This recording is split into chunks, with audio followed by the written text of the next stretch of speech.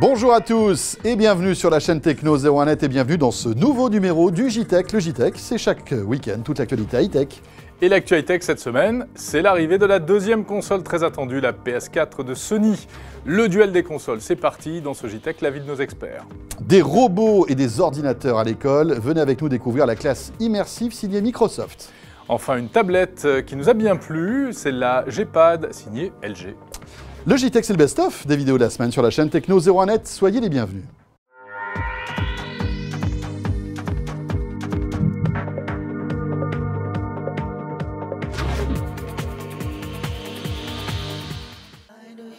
Le JTech avec Orange Innovation.tv, la web TV qui simplifie la vie numérique.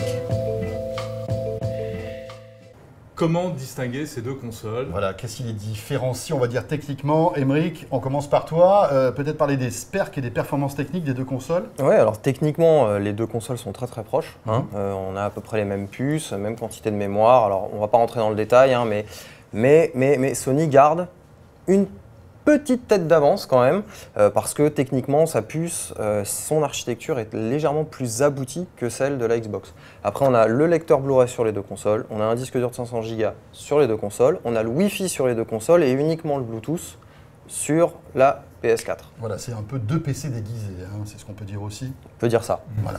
Avec des spécificités, Kinect évidemment côté Xbox, et puis des petites choses au niveau de la manette sur la PS4, notamment le fameux bouton partage, etc. La Xbox One, on le rappelle, est un peu plus plateforme de divertissement sur laquelle on peut brancher sa télé, etc. C'est ça. Voilà. Mais côté jeux vidéo, qui reste quand même le plus important, puisque ce sont des consoles, Pierre, est-ce qu'on aura les mêmes jeux des deux côtés ou sinon, laquelle aura les meilleurs jeux? Alors, au lancement, à l'instant T, la Xbox One a plus d'exclusivité, elle a plus de titres qui ont été développés rien que pour elle, donc elle bat d'une courte tête la PS4, mais il ne faut pas se tromper, dès maintenant, le gros du catalogue est constitué par des titres éditeurs tiers, que ce soit Electronic Arts avec Battlefield ou les Call of Duty d'Activision. Donc, pour l'instant, on va dire, maintenant, la Xbox One est en tête. Pour Noël, on a plus de choix du côté de un peu plus de choix, Xbox. voilà. En termes d'exclus, mais on faudra voir ce que ça donne sur le long terme. D'accord. Question récurrente, est-ce que je peux jouer sur les consoles next-gen avec mes jeux des consoles old-gen, des On anciennes? sait. Non. Non, ce n'est pas possible Non. malheureusement. Il n'y a pas un non mais, c'est-à-dire qu'il n'y aura pas une rétrocompatibilité qui pourra arriver dans le futur. Il y a un non mais éventuellement via une rétrocompatibilité via le cloud, mais c'est à l'étude, ça n'a pas été confirmé.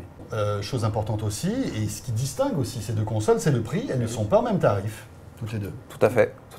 Sony, on est à 100 € moins cher finalement que sur la Xbox One. 400 contre 500. 400 € 400 environ, contre 500. 500 € environ pour la Xbox One. Voilà. Et ça Pourquoi? Alors ça s'explique principalement, pourquoi est-ce que la Xbox est aussi chère entre guillemets? Vous avez Kinect, donc ça a un coût quelque part. Et puis on est sur une plateforme qui est vraiment, comme on le disait, plus orientée multimédia, etc. Donc ça aussi ça a un coût. Et puis si on s'amuse à aller un peu dans le détail, à regarder un peu le coût des composants, etc., on va se rendre compte que Microsoft marge un petit peu plus que Sony sur sa console. Le business de ce genre d'appareil, c'est sur le soft, c'est sur les jeux qui se vendent. On est à peu près dans quel tarif à peu 70 près? € pour les jeux, les AAA, c'est 70 € pour les deux plateformes. Ouais, 70 € le jeu quand même. Enfin, 69,99 pardon. Voilà. Et puis après, on peut aussi acheter les jeux dématérialisés, Bien sûr. directement les télécharger Ils sur ne sont ces pas consoles. forcément moins chers. Le même jeu en format physique et format dématérialisé, on n'a pas 20 € de différence. Combien ça coûte une manette? Entre 60 et 70 € selon les consoles, selon la formule qu'on choisit. Voilà. Et pareil, on ne peut pas utiliser les anciennes manettes. Non. Voilà pour ce combat PlayStation 4 Xbox One. Vous l'avez vu en quelques minutes, c'est difficile d'avoir un avis tranché. Sachez qu'il est déjà disponible, ce grand talk que nous avons réalisé hier en direct de plus d'1 heure pour départager ces deux consoles. Et oui, puisque vous nous avez posé énormément de questions sur Twitter, #LCT01net, et bien nous avons répondu à toutes ces questions avec nos invités pendant plus de 60 minutes, effectivement. Donc, direction 01net.com ou la chaîne techno.tv ou YouTube ou Dailymotion pour revoir le grand talk spécial duel des consoles. Soyez sages, aujourd'hui, c'est pas la récré, on est à l'école. C'est sérieux, François. Et oui, et c'est la classe immersive de Microsoft qu'on va vous faire découvrir tout de suite. Alors c'est quoi cette classe immersive? Donc c'est au siège de Microsoft ici à Paris, un espace aménagé qui accueille tous les jours en fait des élèves, des vraies classes avec des professeurs. Qu'est-ce qu'on trouve? Par exemple, juste Regardez, là, un son interactif. Et en fait, les enfants s'amusent à sauter dessus. Ils s'éclatent. Pour jouer. Alors bien évidemment, il y a des buts. Voilà, on peut découvrir des villes, sauter sur des sujets bien particuliers. Il y a un côté ludique, il peut y avoir un côté éducatif aussi. Bien sûr. Derrière nous, la réalité augmentée. Vous mettez le livre devant la petite webcam et hop, comme par magie, un hélicoptère surgit. Alors là encore, c'est dans un but pédagogique, c'est pour apprendre les technologies, etc. Il y a aussi un tableau interactif. Regardez, c'est-à-dire qu'en fait, on peut écrire et effacer comme ça avec une espèce d'éponge virtuelle. C'est assez amusant. Ça fait moins de saleté, c'est bien. C'est pratique. Et puis nous avons découvert également ici un outil qu'on connaît déjà, qui s'appelait dans le temps la table Surface, qui s'appelle aujourd'hui le Pixel Sense, fabriqué par Samsung. Bref, regardez ça, cette espèce de tablette géante. Aujourd'hui, on a plusieurs applications, soit des applications où plusieurs élèves vont interagir sur apprendre le tri des déchets et on met en compétition plusieurs tables, mais on a également toute une petite série d'activités qui sont proposées par une start-up qui s'appelle Mascotte et qui simule finalement une paillasse d'un laboratoire de sciences dans un collège. Et donc des expériences qui sont indispensables à la SVT, à la physique ou à la chimie pour pouvoir comprendre ces disciplines, eh bien, ces expériences, elles trouvent parfois leurs limites. C'est-à-dire qu'on ne peut pas faire une partie des expériences parce qu'on ne peut pas faire sauter le laboratoire tous les jours, on n'a plus le droit d'égorger les petites grenouilles, ou ça peut coûter trop cher. Donc, dans ces cas-là, on va essayer de passer sur la tablette, sur la grande table plutôt, et dessus, on va jouer avec une partie de l'expérience fait avec de véritables objets. On va manipuler des molécules, on va manipuler un laser ou un miroir pour essayer de comprendre comment interagissent ces objets. Mais autant le laser est important pour comprendre comment l'optique fonctionne, autant un laser, si on met dans le regard de son camarade, ça peut faire un petit peu des dégâts.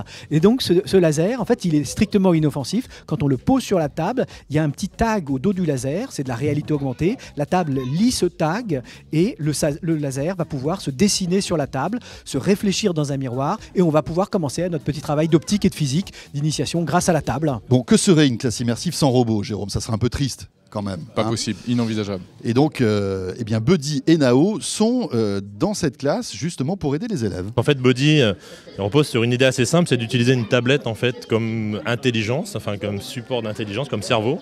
Et donc, la tablette va contrôler les déplacements du robot, donc il peut se déplacer sur ses roues. Et donc, il est équipé de pas mal de capteurs, donc des capteurs qui lui permettent de naviguer au sein du foyer de la classe de façon autonome.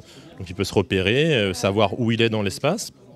Des capteurs de présence, des capteurs de détection de flammes, de gaz en cas de problème.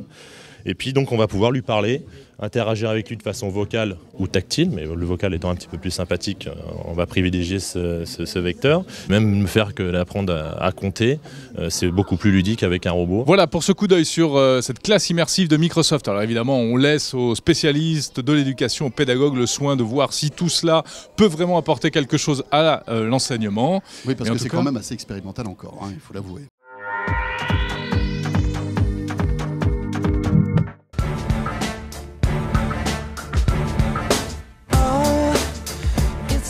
La particularité de cette tablette, c'est que c'est un écran de 8,3 pouces. Bah oui, c'est pas banal, hein. Ouais, donc elle est plus grande que ses consoeurs qui sont plutôt dans le 7 pouces en général. Oui, ou alors l'iPad mini qui est à 7,9. Voilà, donc on a quand même une surface d'affichage un petit peu plus grande, mais toujours un confort quand on la prend en main qui est assez agréable. Voilà. Alors toi, tu as des grandes mains, moi j'ai des mains un tout petit peu plus petites que toi, mais regardez, sans aucun souci, on la prend en main. Voilà, c'est très pratique. Elle fait le même poids que l'iPad mini, donc dans les 330 grammes environ. Voilà. Avec un design assez original. Celle-ci, vous le voyez, est blanche et aluminium, parce que c'est donc un mélange de plastique et d'alu. Voilà, et ça donne un côté un peu classieux, sympa. Ça change, ça change des machins noirs, ça change. Tous pareils, voilà. Elle a 16 Go de mémoire. Ouais. Et la bonne nouvelle, c'est que vous pouvez étendre cette mémoire avec un port SD. Et on retrouve donc des choses qu'on connaît, appréciées par les utilisateurs de produits LG, comme le tapotage pour l'allumer, tic-tic, comme ça pour la sortir de veille. Regardez, on tapote 2 fois dessus, voilà. Et puis elle se met en route. Exactement. Et côté point fort, on a bien aimé l'écran de cette tablette, avec une résolution de 1920 par 1200, c'est-à-dire un peu plus que le Full HD, et une très bonne luminosité, un très bon angle de vision, vraiment point fort, l'écran. Voilà, très agréable, les icônes sont bien définies, les vidéos en HD sont superbes, pour les jeux aussi, ça pète les rétines comme on dit, donc c'est très agréable, franchement, bel écran. Peut-être un peu en dessous quand même de l'iPad mini Retina, mais cela dit, on reviendra tout à l'heure au prix, c'est vraiment très acceptable. portable est très très bon. Autre point fort, la prise en main, on l'a dit, elle tient bien dans la main. Également, mémoire extensible grâce à un port SD. Et ça, c'est un plus, par exemple, par rapport à la tablette Nexus, qui, elle, n'a pas de port SD, la Nexus 7. Oui, parce que c'est vrai qu'après, on pourrait s'amuser à comparer cette tablette avec les autres forces en puissance, hein, l'iPad mini Retina ou bien la Nexus. Et effectivement, elle a ce port SD, mais elle est plus grande aussi hein, par rapport à la Nexus, qui fait que 7 pouces. C'est vrai. Enfin, c'est quand même un air de famille.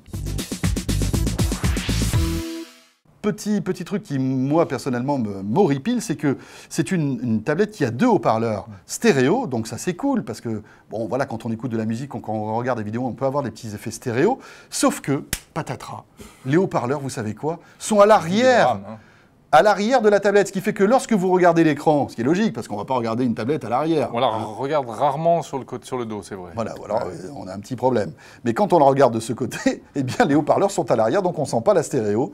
Donc c'est dommage, quoi. Surtout si on met les mains devant, voilà. Et pire si on pose la tablette sur la table. Autre petit point faible, peut-être l'autonomie qui, frôle les 8-9 heures.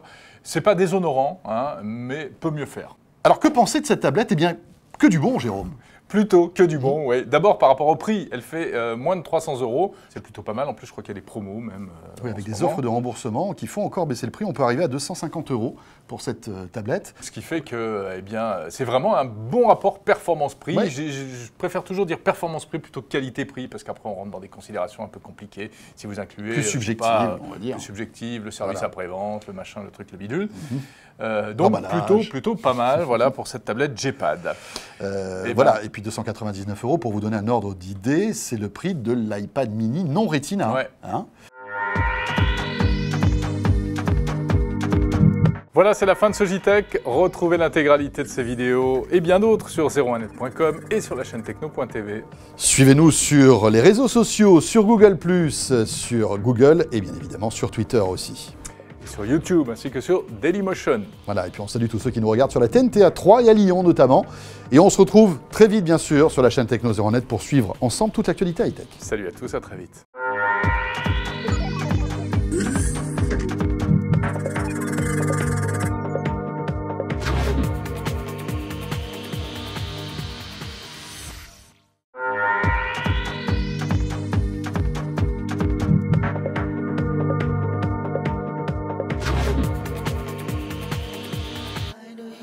Le JTech avec Orange Innovation.tv, la web TV qui simplifie la vie numérique.